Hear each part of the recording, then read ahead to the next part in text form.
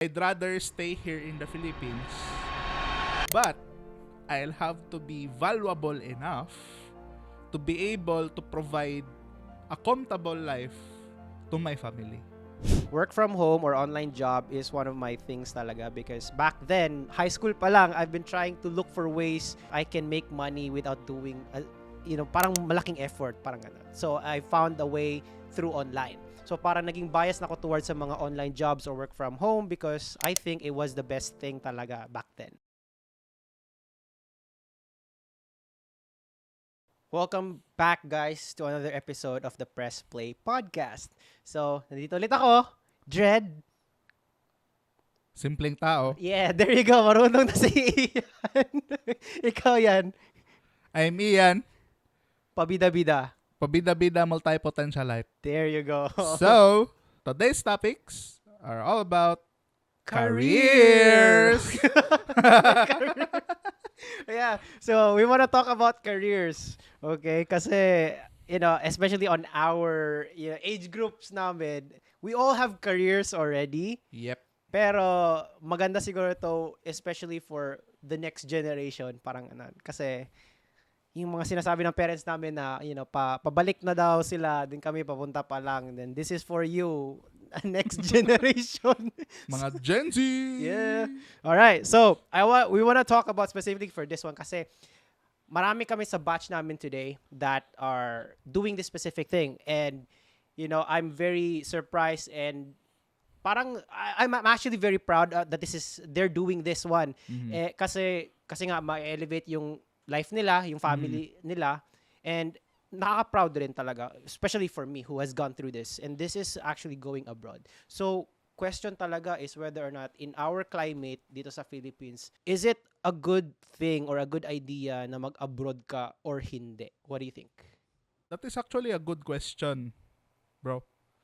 I'm a son of an OFW, and hindi ko man naranasan physically kung ano yung experiences or yung experience ng pagiging OFW, pero dama ko yung pagiging isang anak ng OFW. Being an OFW or overseas Filipino workers, for those people na hindi nakaalam, you are working in another country in the hopes of earning higher money or more salary, right? And to provide for your family. Pero, yun. May pero. May pero talaga yung lahat. Meron talagang downside. So, ang pero nun is, number 1 is malayo ka sa family mo. Number 2 is, you will be in a different climate. You will be in a different culture. So, you will have to have adjustments. And number 3 is yung, siguro homesickness, no? Yeah. Na hindi ka makaka-attend sa graduation ng anak mo. Yung tipong hindi ka makaka-attend sa mga parent conferences sa school ng anak mo, sa mga performance tasks ng anak mo, yung mga programs, hindi maka-attend. Sa lahat ng mga okasyon sa buhay nila is wala ka doon. And that plays a huge factor din talaga sa growth ng isang anak ng OFW. So, for me, yung question, going back to the question, mag-a-abroad ba or hindi? For me, I'd rather stay here in the Philippines, but I'll have to be valuable enough to be able to provide a comfortable life to my family. Kasi, ang thinking ng ibang tao is, ang pera nasa abroad. Pero merong pera dito sa Pilipinas kung alam mo lang kung saan siya makikita. And we are already in the digital age, guys. So, yung information is nandyan na. It's just how you interpret the information and use that information to your advantage. Hindi ko kailangan mag-abroad. It's just that I have to earn money na yung level niya is pang-abroad or more than pang-abroad. So for me, bro, going abroad or not, I always say to people na plan na talaga to go there, or anybody who's thinking to go there, just go there. Yun talaga sinasabi ko. Because number one, I've experienced it, And then, anak rin ako ng OFW. My dad went to Saudi, nag-work din siya din sa US. He's gone to different places na rin, you know. So, I also understand ano yung parang cons or yung mga negative effects ng pagiging anak ng OFW because number one, yeah, hindi mo sila nakikita all the time and then nawawala yung presence nila. So, that's just one of the bad things. Yeah. Pero, as you grow older rin, understand mo why they had to do that. Pero nga, growing up, di mo yun maintindihan because you're still a kid. Tama. Diba? Pero, if you wanna go to abroad, just go do it, especially pag single ka pa or wala ka pa masyadong like responsibilities. Go do it kasi nga it's a very good opportunity for you to, number one, make money. Number two, grow your network. Yeah. Kasi hindi ka na lang limited sa Philippines mo na network, meron ka na ring network sa labas, right? Number three is that yung cultural knowledge mo, basically your knowledge or your intelligence expands because now hindi ka lang limited sa Philippines. Yep. You're going to be, you know, unlimited na, kumbaga limitless ka na kasi now you've experienced another type of lifestyle on another country. Ang maganda doon is at least na-change yung perspective mo. Tama. So, to go abroad or not, go abroad, but just know ano yung goal mo talaga, why you went there. Tama. Yeah. That's You what I would just say. have to be clear kung bakit gusto mo mag-abroad. And as you can see, hindi kami biased dito. We have different opinions. Bring up lang talaga ito na question just because like a lot of the people that I know rin dito sa Philippines, you know, parang gusto na nila pumunta rin ng abroad kasi nga, number one, yung job opportunities is very scarce. Yep. Pero pagdating doon sa labas is marami talagang job opportunities. The only problem lang talaga is yung mga sinabi namin. You just can't, parang meron talagang homesickness, meron kang maiiwanan, but it's a sacrifice, you know. Just make sure to choose your battles, kumbaga. Tama. You know? You can't have everything, unfortunately. Tama. You just have to choose your battles. Alright, so moving on to our next topic. Yan. So ito ay nauso na dati pa and na-sensationalize ito siya especially during pandemic. So nauso na yung tawag natin, bro, na work from home or remote working. So, for you, what do you want for your career? Do you want an online job, remote work job, work from home, or an on-site job na merong opisina? Right. Biased ako for this one. Parang alam ko na yung sagot mo, no? I am very biased kasi number one, I've been doing this before naging parang full-time career ko na siya, right? So, work from home or online job is one of my things talaga because back then, high school pa lang, I've been trying to look for ways to not do anything and then after that still make money. Yeah. So, you know, I did yung mga online na things, right? Yung mga surveys, pay-per-clicks, yung mga ganun na styles. Looking for ways na parang I can make money without doing, you know, parang malaking effort, parang ganun. So, I found a way through online. So, parang naging bias na ako towards sa mga online jobs or work from home because I think it was the best thing talaga back then. So, from there, I started to look for ways na I can make money online. Tama. So, that from there, nangyari na lahat, you know, the rest is history, business and all that stuff. So, naging bias na ako towards online jobs and work from home. However, I do understand na meron ring benefits talaga pag on-site job because meron talaga mga jobs that you can't do online. You can't serve food online, okay? Tama. You can't build a building online. So, Yeah. meron talaga mga specific jobs. It really depends sa goal mo and then sa skill set mo. Kung saan ka mas magaling Tama. and feel mo you can do a better job, you know, passion, siguro, let's just say passion mo na rin, then go with that job, Go. you know. No Unless one- na lang, kailangan, meron talagang need na you had to do something, you know, for example, nung past namin na episode in regards to the discussion of passion or profit, kung meron talagang mga certain cases na na-force ka to go into a career path na hindi mo choice, but Yes. need mo. I totally agree with you, bro. It really depends. Kasi iba-iba tayo ng sitwasyon sa life. And mapa-online job man yan or mapa-on-site, what works best for you, then go for it. Pero syempre ako, bias din ako. If I'm going to choose between the two, on-site and online job, I think I'm leaning more into online job. It's because it gives you more time freedom and location flexibility. As you know, from the previous episodes, I told you before that I'm a geologist by profession. So, ibig sabihin, naka-on-site ako always. And hindi ako basta-basta makaka-uwi. Not unless it's time for me to go home. Yeah. And that's one of the things that I really appreciate about online work. But somehow, no, when I started working remote for like 2 years na, meron tayong tinatawag na loneliness eh. Yep.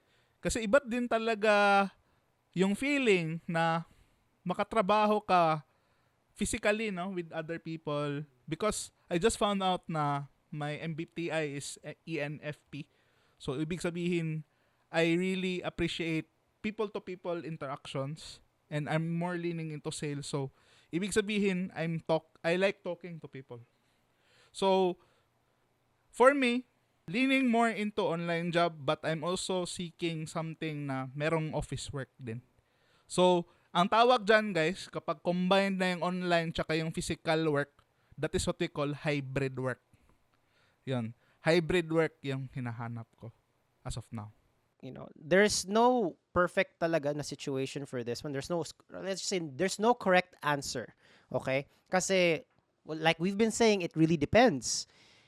Pero at the end of the day, marirealize nyo rin one way or another kung saan kayo maglilin is that the other side has a good point dun sa ano mo, from where you're standing. So for example, kung naka-on-site job ka all the time, lagi mo na lang iisipin siguro na yung mga taong work from home is swerte-swerte. Swerte-swerte. But in reality, they're also just as depressed probably as you. Yeah. Kasi nga, hindi nila nagagawa yung kailangan nilang gawin. You flip it, kunyari, work from home ka, and then after that, marirealize mo rin to some degree na parang swerte rin ng mga on-site job kasi lagi silang nasa labas. Yes. Lagi silang may kausap na tao, mayroon silang napupuntahan, and then compared sa mga work from home na nakaupo lang.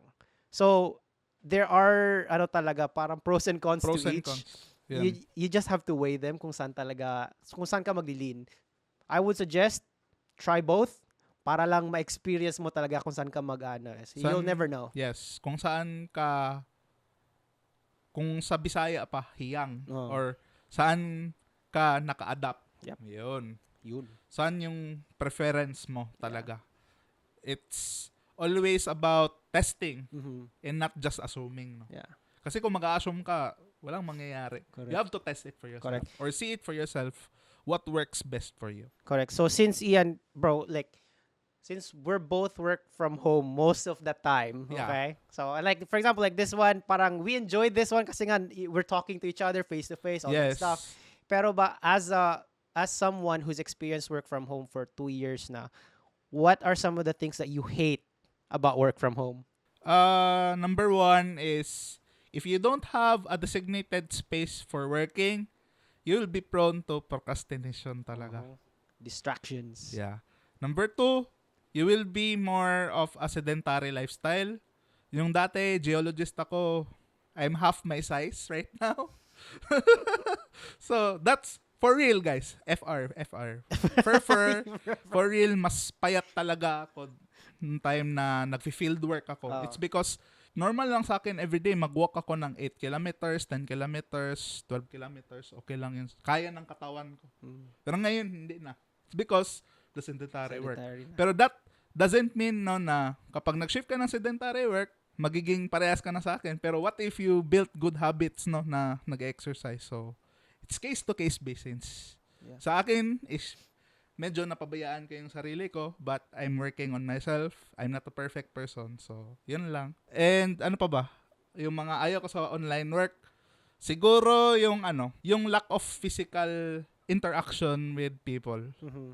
Kasi you will conduct meetings, you will meet people through Zoom, through Slack.